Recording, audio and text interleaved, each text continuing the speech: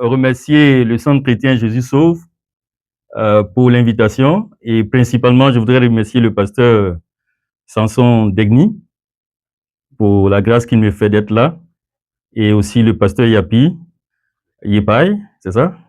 D'accord. Voilà. Le pasteur Yapi en tout cas, merci au collège pastoral. Je voudrais aussi remercier le dirigeant pour sa direction. C'est déjà bien. Et merci aussi à tous ceux qui nous ont invités. Mais je voudrais principalement remercier Madame Pasteur Samson Denis, qui est ma sœur. Et vous voyez, pour ce que je mets là, je voudrais remercier ces deux personnes-là, Madame Pasteur Denis et puis sa fille. Voilà, pour ça, parce que c'était à cette occasion-là. Toi, tu étais en train de te faire laver les pieds, nous, on était en train de recevoir ça. Voilà. On était en train de recevoir ça, c'était notre cadeau de mariage, n'est-ce pas? C'était à ton mariage. Et tout s'est bien passé, on était contents. J'étais vraiment content. Et merci beaucoup. Et c'est aujourd'hui que je suis là, j'ai dit, ben écoutez, il faut que je les honore parce qu'ils m'ont donné ça. J'ai demandé, j'ai exigé qu'on m'en donne. Et puis on m'en a donné. Merci beaucoup. En tout cas, ce matin, je suis content d'être ici avec vous. C'est pas la première fois. Déjà, à l'inauguration, j'étais là avec le pasteur Samson et tous les pasteurs qui étaient là, j'étais là. Pasteur Yepai, on a travaillé ensemble ici. Et aujourd'hui, c'est ma première fois d'être là pour prêcher. Effectivement, comme le pasteur l'a dit, il y a longtemps qu'il m'a invité, mais mon programme n'a pas permis. Et là, aujourd'hui, j'ai demandé la permission à mon pasteur, le pasteur Brooke, qui m'a accordé la grâce d'être là. Alors que le nom du Seigneur soit béni. Est-ce qu'il est besoin que moi je prêche encore? Tout a été suffisamment dit. Pendant que le pasteur Yapi était en train de prêcher, je dis, mais il est en train de tout dire. Et puis ensuite, son homologue vient et il commence encore. Je dis, mais est-ce que moi j'ai besoin de prêcher encore? Mais le Saint-Esprit m'a dit, ce que tu as, il faut donner. Alléluia. Donc, le peu que j'ai là, c'est ce que je vais te donner et c'est un conseil simple pour que nous puissions ensemble aller plus loin dans le Seigneur. Je voudrais dire la bienvenue aussi à tous ceux qui nous rejoignent pour la première fois. Sentez-vous libre, vous êtes dans la maison du Seigneur et puis vous êtes en de bonnes mains avec le pasteur Samson, avec le pasteur Yapi, avec son épouse. Vous êtes vraiment en de bonnes mains. Alors, je voudrais dire officiellement ici, pasteur Denis, j'ai demandé que ton fils soit parmi l'équipe de direction parce que je peux venir les former à la direction. Voilà, j'ai été dirigeant de culte pendant belle lurette. J'ai été dirigeant de mariage aussi, j'étais organisateur de mariage, donc je peux aussi venir les former à la direction et puis voilà. Et puis, voilà, la direction de culte, je les aime bien parce que quand tu as un bon dirigeant, vous entrez vraiment dans la présence de Dieu et tout se passe bien. Et pour les dirigeants, demain, ils peuvent devenir encore, ça peut servir en termes de communication, en termes de choses. C'est beaucoup de talents qui se développent ainsi. Et dans la maison de Dieu, moi, j'estime que la maison de Dieu, c'est une école de vie où on apprend pour avancer ensemble. Alléluia. Alors, ce matin-là, je voudrais qu'on prenne nos Bibles, pour ceux qui ont leur Bible. Il y en a qui ont les téléphones maintenant, il y en a qui ça se fait aussi par téléphone. Mon fils est là avec moi, pardon. C'est mon fils, il s'appelle Kofi Communant Ariel Tichik. Donne-moi mon téléphone, s'il te plaît. C'est mon compagnon de tous les jours, il s'appelle Tichik, c'était le compagnon de l'apôtre Paul. C'est aussi mon compagnon de tous les jours. C'était un compagnon fidèle, très gentil. Et je suis aussi là avec ma fille, Grace Ketia. Voilà, elle est au niveau de l'école du dimanche là-bas. Alors, je voudrais prier le Seigneur pour sa parole qu'il a déjà inspirée et vous inviter à prendre vos Bibles dans le livre de Psaume, chapitre 81. Psaume, chapitre 81, à partir du verset 14. Nous allons lire un cri de cœur de Dieu. Je l'appelle cri de cœur. Je vais vous poser des questions et puis ensuite, je pense que par vos réponses, on va cerner ce que le Seigneur veut nous dire ensemble. Voilà, Psaume 81, à partir du verset 14. Oh, si mon peuple m'écoutait, si Israël marchait dans mes voies, En un instant, je confondrai leurs ennemis, je tournerai ma main contre leurs adversaires. Ceux qui haïssent l'Éternel le flatteraient. Ceux qui haïssent l'Éternel le flatteraient, et le bonheur d'Israël durerait toujours.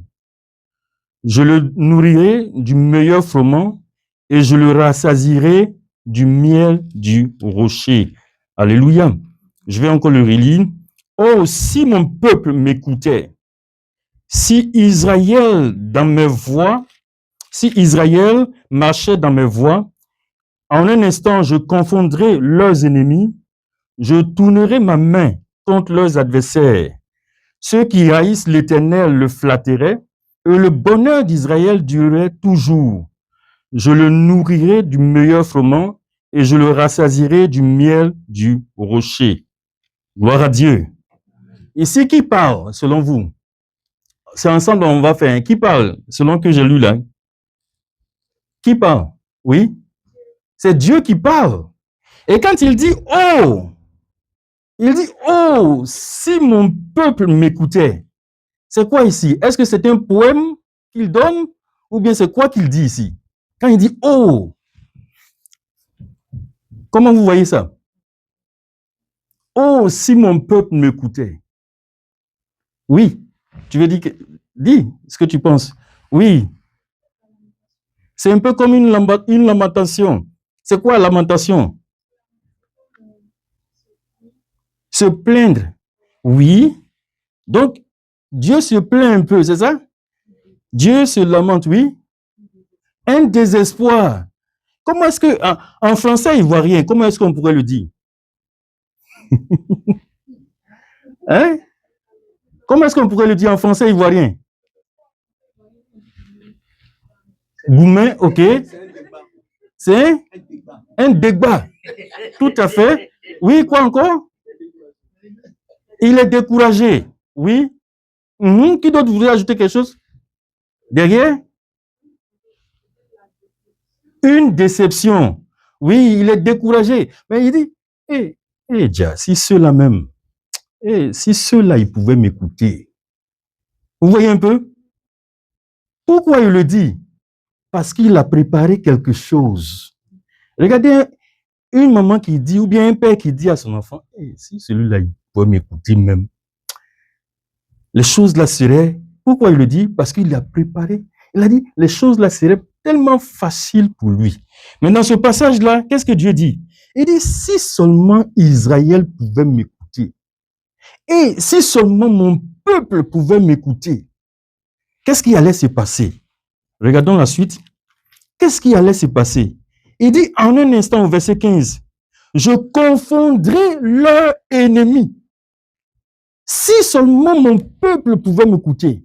Donc, en lieu et place de mon peuple ici, là, mettons chacun notre nom. Si seulement Gabin pouvait m'écouter, c'est mon nom, mets ton nom. Si seulement toi, tu pouvais m'écouter, qu'est-ce qui allait se passer? En un clin d'œil, en un instant, tes ennemis là seraient confondus. Qu'est-ce qui allait se passer encore? Je tournerai ma main contre leurs adversaires. Donc, tes adversaires, tous ceux qui sont tes ennemis, tous ceux qui sont contre toi, Dieu dit, il s'occuperait d'eux. Si seulement tu pouvais l'écouter. Dieu veut que nous puissions l'écouter. Pourquoi? Parce qu'il parle. Alléluia. Amen. Si seulement tu écoutes Dieu, tes ennemis, vous savez, on a des ennemis. Déjà, le pasteur Yapi a tellement bien présenté la chose. On a des ennemis. Notre ennemi principal, je vais vous donner les 3 ennemis principaux dont parle la Bible. Mais notre ennemi principal, c'est qui? Il a lu. C'est Satan, celui-là qui s'apprêtait à dévorer l'enfant.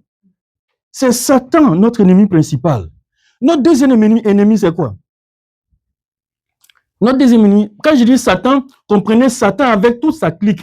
Satan avec ses démons, avec ses suppôts humains. Qui sont les suppôts humains de Satan? Les satanistes, les sorciers, les marabouts. Et tout ça, ce sont les ennemis des enfants de Dieu. Ce sont les ennemis, ce sont nos ennemis en fait. Les suppôts de Satan, ce sont nos ennemis. Quand je dis suppôts de Satan, ceux-là qui ont livré leur vie, corps et âme au diable et qui disent qu'ils ne peuvent plus aller ailleurs. Ils sont pour le diable.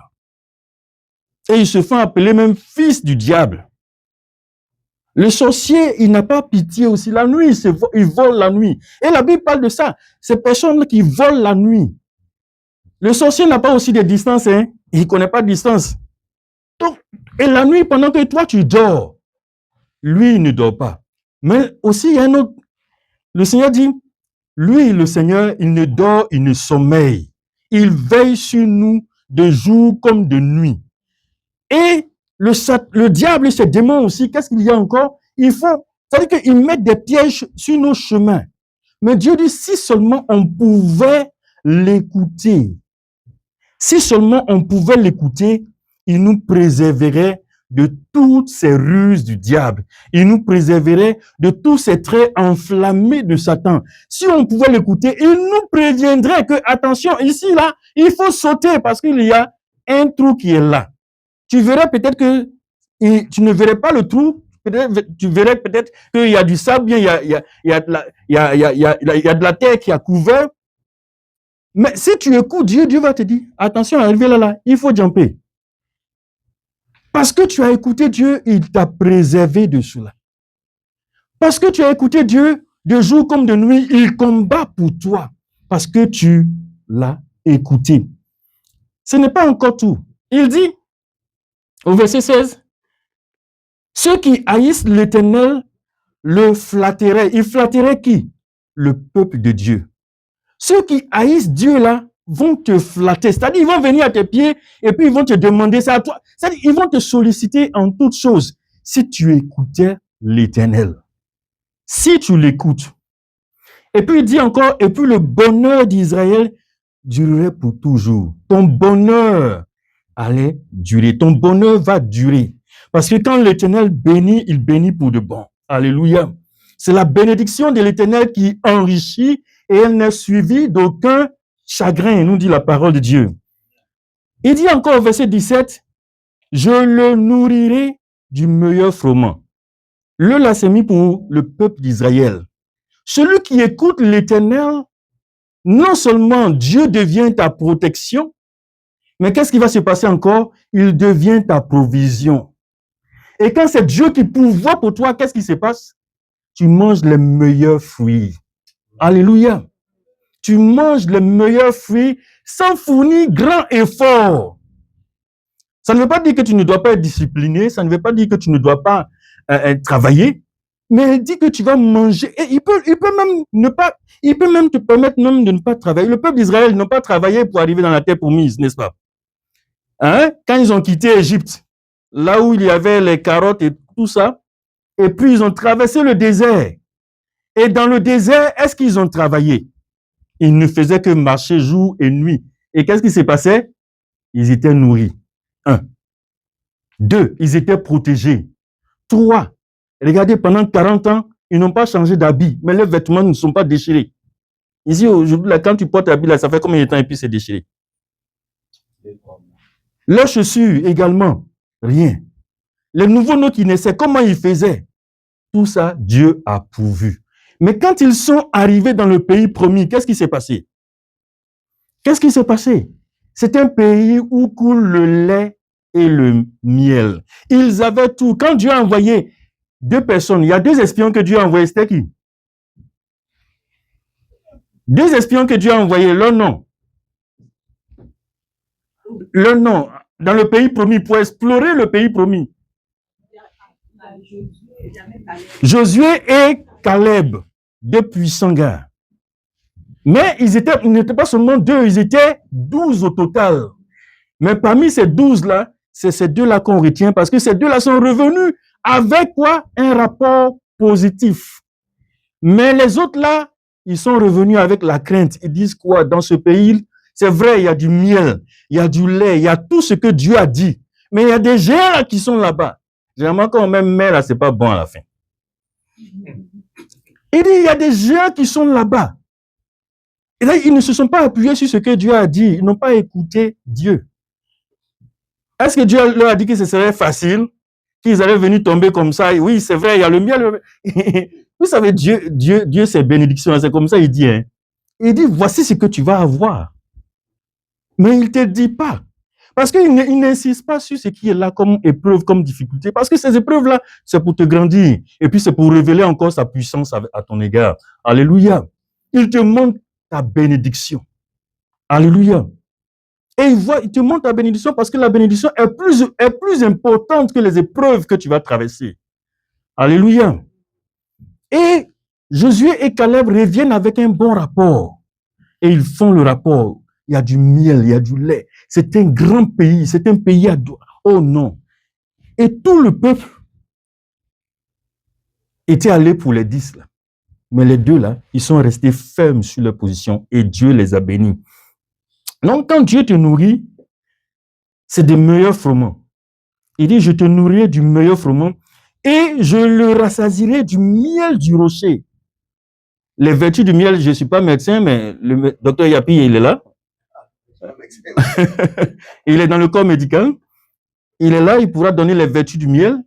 Mais il dit, je te rassasierai du miel du rocher. Alléluia. C'est l'un des meilleurs miels. Et c'est Dieu lui-même. Il dit, tu mangeras, tu seras rassasié, et puis tu béniras l'Éternel. Ah, ça c'est un passage que moi j'ai aimé. Tu mangeras, tu seras rassasié, et puis tu béniras l'Éternel. Pourquoi? Parce que tu as appris à écouter Dieu. Ce matin, ce que je voudrais que nous puissions, ce sur quoi je voudrais que nous puissions méditer ensemble, c'est écouter et obéir à Dieu pour une vie bénie. Alléluia. Écouter et obéir à Dieu pour une vie bénie. Et comme déjà nous l'avons déjà montré ici, je voudrais vous raconter un peu l'histoire de 2 personnes, 2 jeunes gens qui devaient aller dans une ville qu'on appelle la ville de la promesse. C'est une parabole et j'aime bien ça parce que le Seigneur lui-même utilisait les paraboles pour enseigner. Et puis, ils sont allés dans cette ville-là, ils partaient dans cette ville-là, mais avant de partir, ils ont rencontré un guide expérimenté qui a déjà plus d'expérience qui lui est parti et puis il connaît le chemin. Et ce guide-là leur a donné une carte. Il leur a donné une carte et puis il leur a dit, quand vous partez, prenez la carte, mais n'écoutez pas les voix. Il y a beaucoup de voix que vous allez entendre parce que vous allez traverser la forêt. Et dans la forêt, là, il y a beaucoup de voix que vous allez entendre. Il y a des voix qui vont vous dire, il faut suivre la voix que tout le monde suit là. Pour pas aller te compliquer les affaires. Tout le monde va par là, là. Il faut suivre ça. Il y a des voix qui vont vous dire, il faut suivre la voix de ton cœur. Ce que toi-même, ton cœur voit là, c'est ça qui est la vérité. Personne ne va te mentir. Ton cœur là va te trahir. Vous voyez un peu? Et puis, il y a des voix qui vont vous dire, écoute, tu n'as pas à te fatiguer comme ça. Où tu es là? Suis ce que toi-même tu veux faire. Ou bien écoute la voix des autres aussi. Vous voyez? Mais, il a dit à ces 2 jeunes gens-là, prenez la carte, suivez la carte et puis écoutez ma voix. Parce que je vais vous parler tout au long de ce voyage-là. Et les 2 jeunes gens ont commencé à partir. Et arrivés dans la forêt, effectivement, ces voix-là ont commencé à... Et le premier, il a vu une foule qui se dirigeait quelque part. Ils étaient nombreux sur une grande voie. Et c'est là-bas que lui, il est parti. Il dit, oh, ceux-là, ils sont nombreux. Comment des milliers de personnes comme ça, ils peuvent se tromper? Non, ils ne peuvent pas se tromper. Que ceux-là, ils sont dans la vérité. Donc, lui, il a suivi ces gens-là. Et il a commencé à partir avec eux. Et pendant qu'ils allaient, il était content parce que en cours de route, là, les autres qui le voyaient, donc il s'est fait des amitiés sur cette grande voie-là. Il s'est fait des amis, tout le monde, et ils continuaient leur chemin. Or, ce qu'ils ne savaient pas, c'est que devant là-bas, où ils ne voyaient pas, arrivé devant là-bas, il y avait un gros trou. Un gros trou, et tous venaient, ils tombaient dedans. Mais quand ils tombent, les autres qui sont à côté, c'est déjà tard pour faire demi-tour. Ils ne peuvent pas faire demi-tour. Mais ceux qui sont derrière ne savent pas aussi que les gens viennent et puis ils tombent dans le trou. Ils voient tout le monde avancer seulement. Donc, ils se disent qu'il n'y a pas de trou, il n'y a pas de danger devant. Et cette voie-là, elle est large, elle est tranquille, il n'y a pas de... En tout cas, il n'y a pas d'embrouille sur cette voie-là. Tout le monde marchait bien, ça riait. Mais à la fin, c'était quoi? C'est le trou, c'est la mort. Le deuxième, lui, il a vu, il a entendu les voix aussi. Et il s'est dit, attends, je vais prendre la carte et puis je vais regarder. Et pendant qu'il regardait, il y a une voix qui lui a dit, regarde ce chemin à ta droite là. C'est un petit chemin rocailleux, difficile, mais c'est le chemin qu'il te faut prendre. Et il est parti sur ce chemin-là. Effectivement, le chemin n'était pas facile. C'était difficile. Il y avait des rochers, il y avait des serpents, il y avait assez de difficultés même sur ce. Et le soleil était tel que vraiment, arrivé à un certain moment donné, il s'est dit, est-ce qu'il a bien fait? Est-ce qu'il a bien entendu la voix? Vous voyez? Mais la voix est venue encore pour dire, oui, c'est le chemin que je t'ai dit de prendre, continue. Et il a continué sur cette voie-là. Et jusqu'à il est arrivé quelque part où il voit entre deux rochers, il voit une porte. Et la même voix lui revient pour lui dire, ouvre. La voix du guide là lui revient pour lui dire, ouvre cette porte-là. Et quand il a ouvert cette porte-là, la ville de la promesse était là. Alléluia. Et il est entré, mais puis il a posé la question à la voix qui lui parlait. Il dit, mais pourquoi il n'y a pas beaucoup d'hommes qui suivent cette voie-là? Il a dit, parce qu'ils écoutent plusieurs différentes voix. Alléluia. Dans ce monde-là, il y a plusieurs voix. Aujourd'hui, avec les réseaux sociaux, il y a beaucoup de voix. On passe souvent beaucoup de temps sur les réseaux sociaux. Moi également, j'ai fait partie de ça parce que j'aime bien les réseaux sociaux. Et je fais aussi du contenu sur les réseaux sociaux. Donc, je passe aussi du temps. Mais il y a différentes voix sur les réseaux sociaux. Mon fils me dit, papa, il faut faire attention aux réseaux sociaux souvent. J'ai dit, oui, je sais. Mon fils, là, c'est un prophète qui est là. Il me parle beaucoup. Il dit, papa, fais attention aux réseaux sociaux. J'ai dit, oui, je sais, je t'écoute. Je sais. Je sais faire la distinction de ce que je regarde. Il dit, OK. Et donc, la voix des réseaux sociaux. Mais il y a aussi la voix de nos cœurs. On s'est dit, nous-mêmes, là, ce que nos cœurs nous disent, là, c'est ça qui est la vérité. Donc, on va écouter ce que nos cœurs nous disent. Mais la Bible dit quoi? Telle voix paraît juste à un homme. Mais son issue, c'est quoi? La mort. Vous voyez un peu. Et il y a la voix des amis autour de nous, des camarades. Oh, n'écoute pas. Oh, viens. Et puis, il va t'entraîner avec lui. Et puis, tu vas penser que c'est la belle vie avec tes camarades. On t'entraîne ici, on t'écoute ici, on te parle ici. Toi-même là, on t'encourage ici. Et puis, demain, tu te retrouves à une certaine issue. Tu ne peux pas faire demi-tour. Tu es coincé quelque part. Vous voyez un peu? Il y a différentes voix dans ce monde. Mais la voix de Dieu également se fait entendre parce que Dieu parle. Alléluia. Dieu parle. La Bible dit dans Job chapitre 33, verset 14, on va le lire si vous voulez.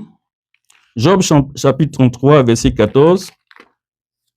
J'aime bien ce personnage de Job là, parce qu'il a traversé des moments difficiles, mais tous ces moments-là, c'était pour nous enseigner.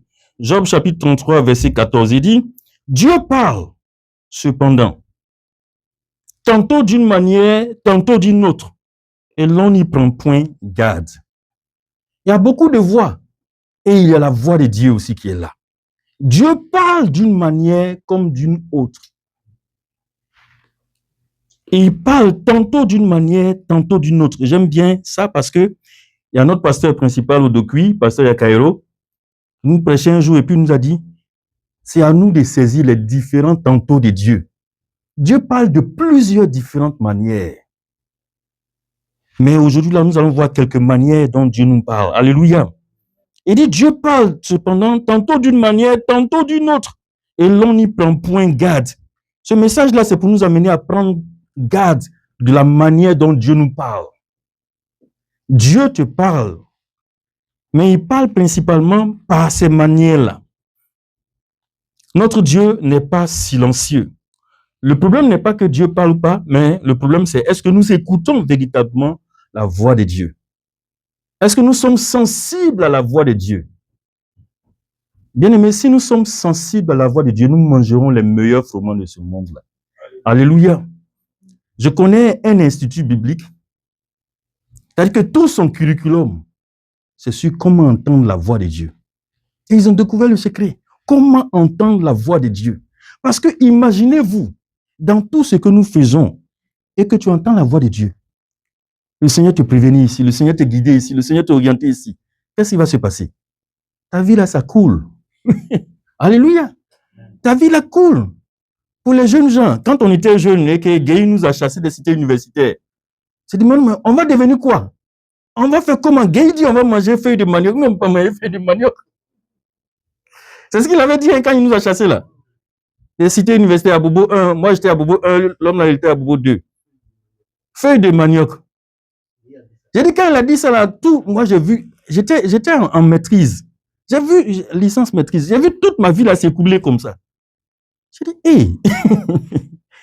Mais quand Dieu conduit tes pas, même dans les difficultés, même quand tout s'effondre autour de toi, toi, tu ne seras pas atteint. Alléluia. Amen. Quand tu entends la voix de Dieu et que tu écoutes cette voix et que tu obéis à cette voix-là, tu ne seras pas atteint. Parce que dans les difficultés, dans les épreuves, il prépare toujours un refuge pour toi. Alléluia. Donc, comment Dieu nous parle-t-il? Premier, au travers de sa parole, la Bible. Et je voudrais, en parlant de cela, vous encourager à lire beaucoup la Bible. C'était le secret pour beaucoup de personnes. Dieu parle au travers de sa parole, la Bible. Et il y a un personnage que moi j'aime particulièrement. Ce personnage-là, dans la Bible, hein, il a commencé avec la parole de Dieu et il a terminé avec la parole de Dieu.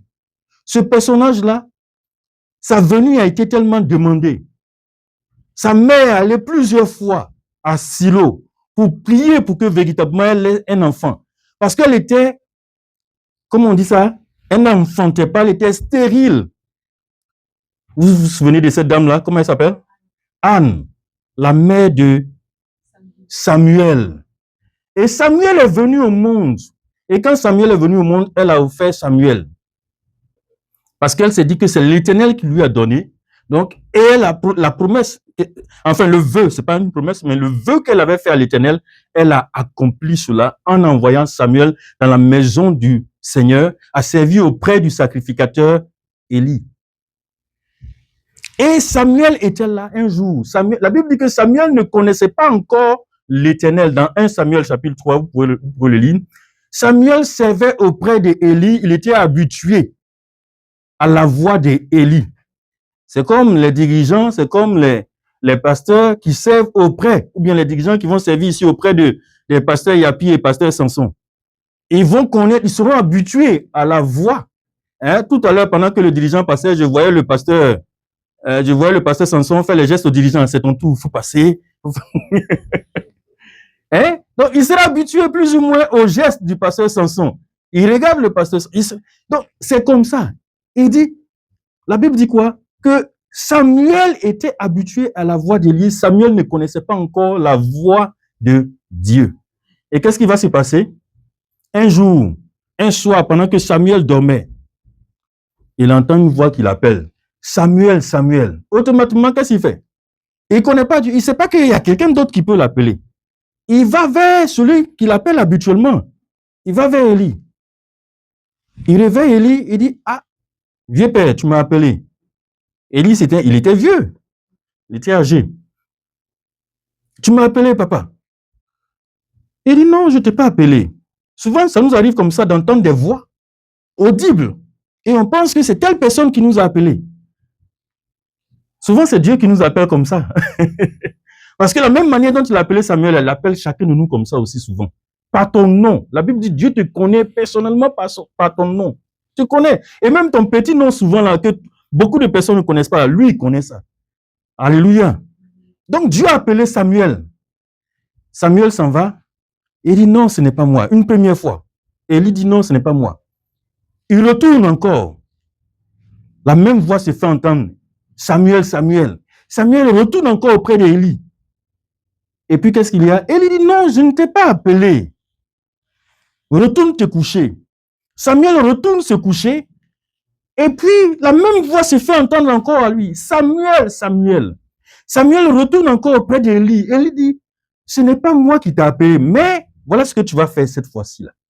Parce que c'est là que Élie s'est rendu compte que c'est Dieu qui voulait parler à Samuel. Dieu avait un message pour Samuel. Notre Dieu parle. Il veut nous parler, il veut nous guider. Alléluia. Et Élie lui dit, si tu vas cette fois-ci-là, qu'est-ce que tu fais? Tu te lèves, tu te mets à genoux, tu dis, parle, car ton serviteur écoute. Et Samuel est parti, il a appliqué ce que son maître lui a dit. Et quand la voix s'est fait entendre encore, Samuel s'est mis sur son lit et puis il dit, parle, ton serviteur écoute. Et de là, tout est parti pour Samuel. Dès cet instant-là, tout est parti pour Samuel. Ici, il y a des Élie. Vos Élie, ce sont ceux qui sont là. Ils vont vous apprendre à entendre la voix de Dieu. Ils vont vous apprendre à connaître la voix de Dieu, à distinguer la voix de Dieu. Peut-être qu'ils ne seront pas tous les jours avec vous. Ils seront là pour un temps. Mais il va vous appartenir à vous-même là de chercher à découvrir encore comment Dieu va se révéler à vous. Alléluia. Dieu va se révéler à vous. Dieu va vous parler. Il va guider vos pas. Il appartient à chacun d'écouter la voix de Dieu. Et de là, Samuel, qu'est-ce qui s'est passé? Toute la vie de Samuel, jusqu'à sa mort, Samuel a laissé un héritage pas possible. Jusqu'à sa mort, la Bible dit que tout Israël a pleuré Samuel, parce que Samuel parcourait tout Israël. Et regardez ce que Samuel a fait. À cause de simplement la parole de Dieu qu'il a reçue, qu'est-ce que Samuel a fait? Il a oint 2 grands rois. Il a oint le premier roi d'Israël. C'est par Samuel que Dieu a déterminé qui serait le premier roi d'Israël. C'était qui? Saül. Et Samuel a aussi oint le 2e roi d'Israël. C'était qui? David. Parce que simplement, il a écouté la voix de Dieu et il a obéi à Dieu. Il a oint ces personnages-là. Alléluia. La parole de Dieu, la Bible. Dieu parle par sa parole. Aimons la méditer. David dit, oh Seigneur, que j'aime ta parole. Prenons plaisir à lire la parole de Dieu. Passons le temps. Lisons les histoires pour ceux qui sont jeunes. Lisons les histoires de la Bible. Les David, les consorts, lisons-les. C'est ce que David faisait quand il était petit. Il se rappelait chaque fois les enseignements quand il partait auprès des bœufs, des moutons et tout ça de ses parents. Il se rappelait des enseignements. Et il faisait des expériences avec Dieu. David dit, j'étais auprès des bœufs. Et quand un lion venait pour attaquer le troupeau, qu'est-ce qu'il faisait? Lui, David, il courait après ce lion-là. Pourquoi? D'où est-ce que ça lui venait? Parce qu'il a entendu ce que Dieu a fait au travers des Samsons et tout ça. Les juges dans le temps. Hein, les piliers des Samsons sont là, non? Ok. Les juges dans le temps, le juge Samson. Il a entendu. Il a entendu ce que Dieu a fait au travers de Gédéon qui disait que nous, on n'est rien, on est la dernière tribu d'Israël ici. Et David savait que Dieu était avec lui. Il était conscient de la présence de Dieu parce qu'il a entendu ces témoignages. Et regardez, quand il est parti pour affronter ce géant Goliath, dont tout Israël avait peur, tremblait. Qu'est-ce que David a dit? Il dit, tu viens contre moi avec l'épée, mais moi je viens contre toi au nom de l'Éternel des armées. Et aujourd'hui même, là, ta tête là sera retranchée. C'est pas ce qui s'est passé? D'où vient cette foi-là? La foi vient de ce qu'on entend. Et ce qu'on entend vient de la parole de Dieu. Qu'est-ce que tu entends? Qu'est-ce que tu écoutes? Écoute la parole de Dieu, lis la parole de Dieu. Nourris-toi, nourris ton âme de la parole de Dieu. Ça ne veut pas dire que quand tu vas grandir, tu ne vas pas traverser des difficultés. Mais même quand tu seras dans des difficultés, mais même quand tu auras flanché, mais même quand tu vas t'arriver souvent, mais tu vas toujours revenir sur le chemin de l'Éternel. Alléluia. Remplis-toi de la parole de Dieu. Écoutons Dieu au travers de sa parole, la Bible. Selon 2 Timothée chapitre 3, verset 16, 2 Timothée chapitre 3, verset 16, je regarde le temps passer, hein. On m'a dit de prêcher jusqu'à 3 heures du matin. Donc, j'espère qu'il n'y a pas d'éticus ici, il n'y a pas de fenêtre ouverte. Donc, on va continuer. 2 Timothée chapitre 3, verset 16. Qu'est-ce qu'il dit? Celui qui a trouvé ce passage-là peut le lire. Oui. Toute écriture est inspirée de Dieu et utile pour enseigner. Toute écriture est inspirée de Dieu et utile pour enseigner, pour vaincre, pour corriger, pour instruire dans la justice. Alléluia. Alléluia. Voilà. Toute écriture, toute la Bible, là, c'est inspiré de Dieu pour nous corriger souvent, pour nous instruire souvent, pour nous diriger dans la justice de Dieu. Alléluia. Vous voyez? Donc la Bible, là, on ne cherche pas à discuter de la Bible, mais on cherche à la connaître. Parce que connaître la Bible, apprendre la Bible, connaître la Bible, c'est connaître Jésus. Parce que c'est Jésus la Bible. Alléluia. Au commencement était le Logos. Et le Logos était Dieu. Et le Logos était auprès de Dieu. Au commencement était la parole. Alléluia. Deuxième, par la prière. Comment est-ce qu'on entend la voix de Dieu? Comment Dieu nous parle? Quand tu pries, Dieu dit fais silence souvent. C'est pas toujours que tu vas venir demander. La prière, ce n'est pas seulement, je dirais, un monologue avec Dieu. C'est-à-dire que toi, tu viens, tu pries, tu parles, et puis tu te lèves, tu t'en vas. Non! Il faut apprendre à écouter Dieu. Et dans le culte, il faut qu'on apprenne. Je bénis Dieu pour le message qu'on a reçu tout à l'heure. Tu es triste, mais apprends que le Seigneur est là, il est avec toi. Et il dit, déchargez-vous sur lui de tous vos soucis, car lui-même, il prend soin de vous. Et en temps normal, après avoir entendu un tel message, pour un dirigeant expérimenté, il y avait quelque chose à faire. C'est pour cela que le Seigneur m'a mis à cœur de dire, il faut former les dirigeants qui sont là. Parce qu'ils ont beaucoup de choses à faire dans la maison de Dieu. Parce que Dieu veut faire de grandes choses avec vous. Dieu veut faire de grandes choses en vous. Et Dieu veut faire de grandes choses pour vous. Alléluia. Que son nom soit béni. Et dit quoi? Souvent, il faut apprendre à demeurer silencieux dans la présence de Dieu. Selon Habakkuk chapitre 2, verset 1. Parce que Dieu veut te parler. C'est pas seulement toi qui dois venir parler à Dieu. Dieu veut te parler. Il veut te donner une direction. Qu'est-ce qui te rend triste? Qu'est-ce qui te rend chose? Dieu veut te donner une direction. Et aujourd'hui, il t'a parlé, il t'a donné une orientation, il t'a donné une direction. Et il dit ton souci là, décharge-toi sur lui. Et il dit ne sois pas triste, réjouis-toi en lui. Bats les mains, chante pour lui. Parce que lui, il t'a donné une direction. Il t'a donné la victoire. Alléluia. Non seulement le don a dit que réjouis-toi, mais en plus de ça, le pasteur Yapi est venu dire, Dieu t'a donné déjà la victoire. Tu combats dans la victoire. Même quand tu pleures, sache que tu es dans la victoire. Alléluia. Donc, apprends à demeurer silencieux, à écouter Dieu. Seigneur, voici ma situation. Qu'est-ce que tu as à me dire? Comment est-ce que je peux le régler? Et Dieu va te parler. Dieu va te parler. S'il ne te parle pas à l'instant, parce qu'il parle tantôt d'une manière, tantôt d'une autre. S'il ne te parle pas à l'instant, mais que tu as soif de l'écouter, il va te parler. Il va te parler. Il était arrivé un jour où j'étais parti à un culte chez nous là-bas, et j'avais traversé un moment difficile dans la semaine, et j'étais très triste en moi. Et puis, lors de la Sainte Seine, l'orateur a parlé de quelque chose qui m'a bouleversé. J'ai dit, ah Seigneur, voilà ce à quoi. C'était mon message. C'est-à-dire, le message de la Sainte Seine, c'était pour moi. Et je ne l'ai pas oublié, je l'ai retenu jusque-là. Quand, en 2000 et en 99, on nous a vidé des cités universitaires, moi, tous les jours, avant qu'on ne nous vide des cités universitaires, je descendais sur le terrain de l'université pour prier le Seigneur. 5 heures du matin, j'étais sur le terrain de l'université, je marchais la cour arrière où on jouait au football, là. Je marchais et puis je priais, et puis après, je rentre en chambre pour méditer. Et avant qu'on ne nous vide là, la situation était tellement difficile. Puis un bon jour, j'ai pris ma Bible, le Seigneur m'a révélé un passage que je n'avais jamais vu auparavant encore dans la Bible. 1 Pierre chapitre 5, verset 7. Je ne l'ai pas oublié jusqu'à aujourd'hui.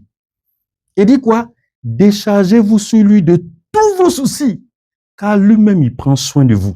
Alléluia. Quand j'ai vu ça là, il dit, Seigneur, donc, je n'ai plus de soucis.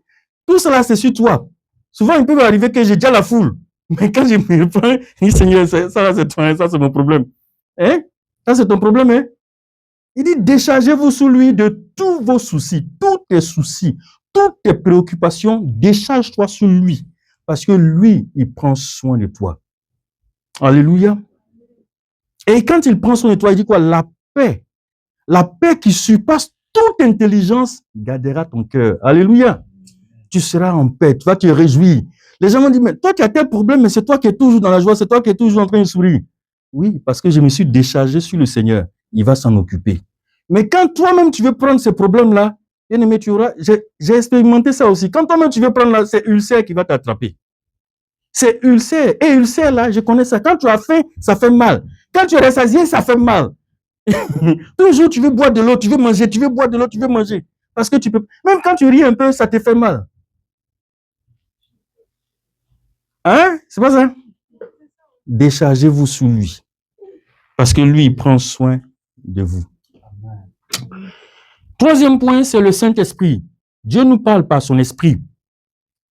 Et quand on nous parle par son esprit, c'est pas forcément par des tremblements, pas de manière extraordinaire. J'ai eu une discussion avec votre pasteur ici, on a échangé beaucoup. Et finalement, j'ai compris que déjà, quand on est, l'Esprit de Dieu, le Saint-Esprit est déjà en nous, à notre naissance. Quand on est déjà, parce que si le Saint-Esprit n'est pas en toi là, tu ne pourras pas vivre. L'Esprit, le souffle de Dieu qu'il a mis en toi là, c'est son Esprit. Donc c'est le Saint-Esprit, il est saint. Mais il a une certaine attitude dans ton cœur.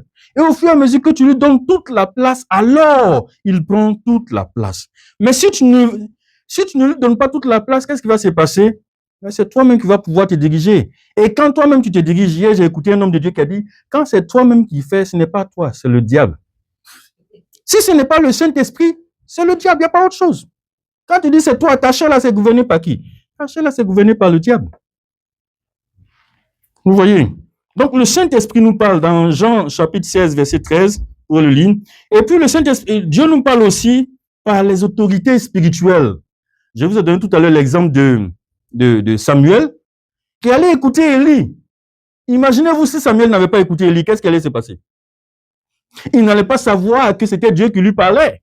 Élie avait l'expérience, même si Élie était en disgrâce vis-à-vis de Dieu, mais ça, c'est un truc entre Dieu et lui. Ça ne regarde pas Samuel, c'est pas ton problème.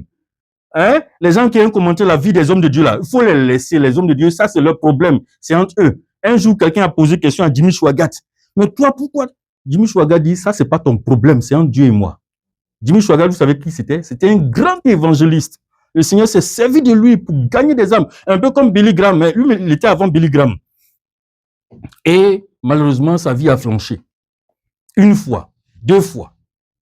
Et puis on lui a dit, ça là, il faut le laisser, c'est entre Dieu et moi. Et Dieu lui a permis de vivre longtemps. Il est mort peut-être l'année dernière. Dieu lui a permis de vivre longtemps, mais dans le secret, il soutenait toujours les hommes de Dieu, les œuvres missionnaires, il les envoyait tous des... Parce que il sait ce que le Seigneur a fait pour lui. Et nous, on n'a pas à juger des gens. On n'a pas à juger. Dieu peut se servir de quelqu'un qui est en disgrâce pour toi te parler. Toi, ce qui est important pour toi, c'est de recevoir ce que Dieu a pour toi. Et c'est ce que Samuel a fait. Élie était en disgrâce. Mais Samuel a écouté la voix d'Élie. Samuel a écouté le Seigneur. Donc, Samuel a écouté Élie. Et il a appris donc à connaître le Seigneur. Samuel maintenant avait des rendez-vous quotidiens avec le Seigneur. Donc, les autorités spirituelles, ce sont nos pasteurs, ce sont nos responsables d'église, ce sont nos responsables, que ce soit femmes, que ce soit hommes, que ce soit, en tout cas, nos responsables. Il faut pouvoir les écouter. Parce que Dieu parle au travers d'eux aussi. Dieu les a établis pour pouvoir nous aider à grandir dans le Seigneur. Alléluia. Et Dieu parle aussi par les circonstances. Dans Apocalypse chapitre 3, verset 7, les circonstances qu'on peut déterminer, on peut examiner selon la parole de Dieu. Apocalypse 3, verset 7. Il dit, je suis le Seigneur qui ouvre et personne ne peut fermer. Et je ferme, personne ne peut ouvrir. Il y a des situations, peut-être que toi, tu vois, oh, ça là, il faut que Dieu fasse. Et puis Dieu dit, c'est lui qui a fermé. S'il l'a fermé, c'est qu'il va ouvrir quelque chose d'autre pour toi. Donc, il faut pouvoir analyser ça à la lumière de la parole de Dieu. Dieu parle tantôt d'une manière. Voici là quelques exemples. La manière dont Dieu parle. Maintenant, face à la parole de Dieu, face à ce que Dieu nous dit, face à la voix de Dieu qu'on entend, quelle doit être notre attitude? Et c'est sur ça que je vais pouvoir aller vers ma fin. Quelle doit être notre attitude face à ce que nous entendons de la parole de Dieu, face à ce que nous entendons de Dieu, la voix de Dieu dans nos cœurs? Je dis la parole de Dieu, ne comprenez pas seulement la parole de Dieu par la Bible, mais les différentes manières par lesquelles Dieu nous parle. Ça peut être une voix simple, audible pour toi-même, simple dans ton cœur. Vous voyez un peu. Quelle doit être notre attitude selon vous? Comment est-ce qu'on doit se comporter vis-à-vis de ça? Oui. Quelqu'un voulait dire quelque chose? Oui, sœur? Quelle est l'attitude que Dieu attend de nous quand il parle? Obéir. Quand Dieu parle, il faut obéir. Imagine, toi, tu as ton enfant et puis tu lui dis, va faire comme ça. Souvent, mon fils, il est tichique, mais souvent, on se chamaille. Tichique, lève-toi, faut nettoyer un peu la maison. Je vais le faire. Tu vas le faire quand? Quand j'aurai le temps. Ah, fiston. Ça chauffe mon cœur. Mais on est au Canada. Il dit, quand je vais avoir le temps. Souvent, je m'en vais au travail, je reviens, il n'a pas faim. Mais tu sais, c'est quand tu as eu le temps. Pourtant, toute la journée, il est sur son téléphone. Qu'est-ce que tu as fait? Mais alors que quand tu obéis promptement, qu'est-ce qui se passe dans le cœur de Dieu? Quand Dieu te parle et que tu te lèves et que tu agis. Imaginez-vous, si le serviteur de Dieu avait reçu la parole de Dieu, puis il dit, ce n'est pas pour maintenant, attends, j'attends un peu. Qu'est-ce qui allait se passer? On n'aurait pas reçu ce message-là. Alléluia. Dieu nous parle, il nous faut obéir. La manière d'obéir, c'est d'être prompt dans l'obéissance. Il nous faut nous lever et puis agir. Dieu nous parle, nous écoutons, nous obéissons. Alléluia. Nous obéissons. Nous obéissons promptement. Nous obéissons aussi totalement. C'est pas un serviteur de Dieu, il y a un homme dans la Bible, hein, le premier roi d'Israël. Dieu lui a parlé par le prophète Samuel. Et puis il est parti faire quoi? Dieu lui a dit, quand tu vas aller contre Amalek là, écoute, tout le peuple d'Amalek là, il faut les détruire tous. Tous, il ne doit pas avoir de survivants. Ça c'est d'abord un. Et puis ensuite, tous les animaux là, il faut les exterminer tous. Mais lui il est parti, Amalek aussi. En tout cas, il a tué tout le monde, sauf le roi. Il a gardé le roi. Il dit non, j'ai gardé le roi. Peut-être que le roi il a des secrets qu'il peut me donner. Et puis de deux, il a entendu, il a vu les animaux là, il dit non, les animaux là sont trop gracieux, ils sont trop gros. En tout cas, ça sera bon. Allez, on va garder les animaux. C'est pas ce que Dieu lui a dit. Il est parti effectivement combattre. Il a vaincu, mais il a gardé une part. Il n'a pas écouté la voix de Dieu. Il n'a pas appliqué, il n'a pas obéi totalement à la voix de Dieu. Et pour ça, il a été disgracié devant le Seigneur. Quand le prophète Samuel est venu, il dit, l'obéissance vaut mieux que les sacrifices. Obéir là, c'est plus important que les sacrifices. L'obéissance vaut mieux que les sacrifices et la soumission vaut mieux que la graisse des béliers. Et je voudrais préciser ici, il n'a pas dit la soumission à Dieu. Il dit l'obéissance, il n'a pas dit l'obéissance à Dieu seulement. Obéis à tes parents, obéis à ton mari. Sois soumise à ton mari. Sois soumis à tes parents aussi. Pour que tes jours se prolongent sur la terre, pour que tu vives heureux, parce que c'est ça notre objectif aussi. L'obéissance vaut mieux que les sacrifices. Voilà ce qu'il a dit au roi. Et pour ça, parce que quand il a dit ça et qu'il s'en allait, le roi, pensant que Samuel, là, c'était son camarade, il a mis sa main pour dire non, mais il faut venir quand même, toi, me bénir pour ça. Et pour ça, il a déchiré un peu le manteau du prophète Samuel. Dieu lui a dit, tu es disgracié maintenant. Voilà, quelqu'un d'autre va prendre ta place. Et c'est là que le roi David a été trouvé par Dieu. Alléluia. Donc, nous devons pouvoir être obéissants, nous devons obéir promptement, nous devons obéir totalement. Nous devons obéir aussi avec un cœur humble. Tu te lèves, on te dit, il faut nettoyer la maison, et puis tu fais. Et puis même tu fais. Je regardais mon fils en train de balayer, il prend le balai, puis il fait comme ça. Et puis il a fini là. Et puis il prend l'autre encore. J'ai dit, mon cœur était chaud. J'ai dit, ça là. Après moi-même, quand il a fini tout ça, moi-même j'ai pris mon balai, j'ai fait ma manière, j'ai nettoyé ma maison tranquillement. Voilà. Il faut pouvoir obéir humblement en cherchant à bien faire pour le Seigneur. Quand Dieu nous parle, il nous faut le faire avec joie. Pas avec contrainte. Même quand on ne sait pas ce que cela va nous entraîner, où cela va nous entraîner, il nous faut obéir avec joie, pas avec contrainte. Parce que quand Dieu nous demande de faire quelque chose, bien aimé, il a beaucoup de bonnes choses pour nous. Et c'est là que je finis. Parce que quand il nous parle, il nous dirige, il nous oriente, il nous permet d'éviter les pièges de l'ennemi. Ça, c'est le premier point. Les bénédictions que nous avons lorsque nous obéissons, lorsque nous écoutons et obéissons à la voix de Dieu.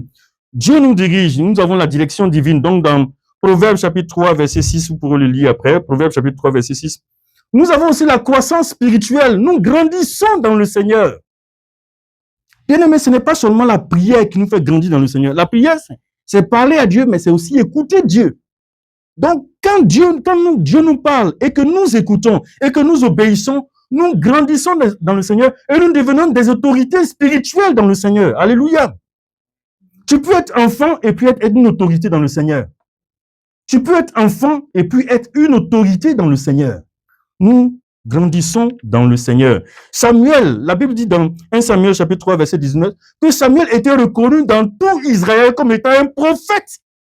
Parce que Samuel écoutait Dieu et il obéissait. Il obéissait promptement, il obéissait sans rien cacher. Quand le premier message que Dieu lui a donné, c'était quoi? Va dire à Élie que voilà le châtiment qu'il aura pour sa maison. Samuel est parti. Au début, il ne voulait pas. Et puis Élie lui a dit, dis-moi le message que Dieu t'a donné. Et Samuel a dit tout le message de Dieu. Il n'a pas caché quelque chose pour dire, ah, celui-là, c'est mon maître. Si je lui dis ça, peut-être qu'il va se fâcher avec moi. Non, non, non. Il a donné le message de Dieu. Et Élie a dit, il est Dieu. Ce qu'il décide là, c'est ce qui est bon. Vous voyez un peu. Donc, cela nous donne la croissance spirituelle. Quand on écoute Dieu et qu'on obéit, on croit spirituellement. Troisième point, nous avons la victoire dans les combats. Quand on écoute Dieu, on est victorieux. Exemple, Jéricho. Qu'est-ce qu'ils ont fait pour assaillir, pour dominer, pour entrer en Jéricho? Jéricho était une ville entourée de murailles. Dieu nous a dit, oui, je vous ai donné la force, les épées et tout ça, mais quand vous allez partir là, voilà ce que vous allez faire. Marchez seulement autour, 7 fois, et puis 7e fois, la crier, alléluia, des chants. Voilà, c'est tout. Ils sont partis, c'est ce qu'ils ont fait. Et puis, voilà, les murs de Jéricho se sont écoulés. Ils ont eu la victoire. Parce qu'ils ont écouté simplement Dieu. Mais s'ils voulaient faire leur manière, qu'est-ce qui allait se passer? Ils n'allaient pas pouvoir avoir la victoire. Donc, nous avons la victoire dans les combats. Psaume 81, verset 14, comme on l'a lu. Et puis, quand on écoute Dieu, on a la protection de Dieu. On est protégé par lui. Un enfant qui écoute ses parents, il est protégé par ses parents. Parce que ce n'est pas toi. Et moi, j'aime ça. Moi, j'aime beaucoup dépendre.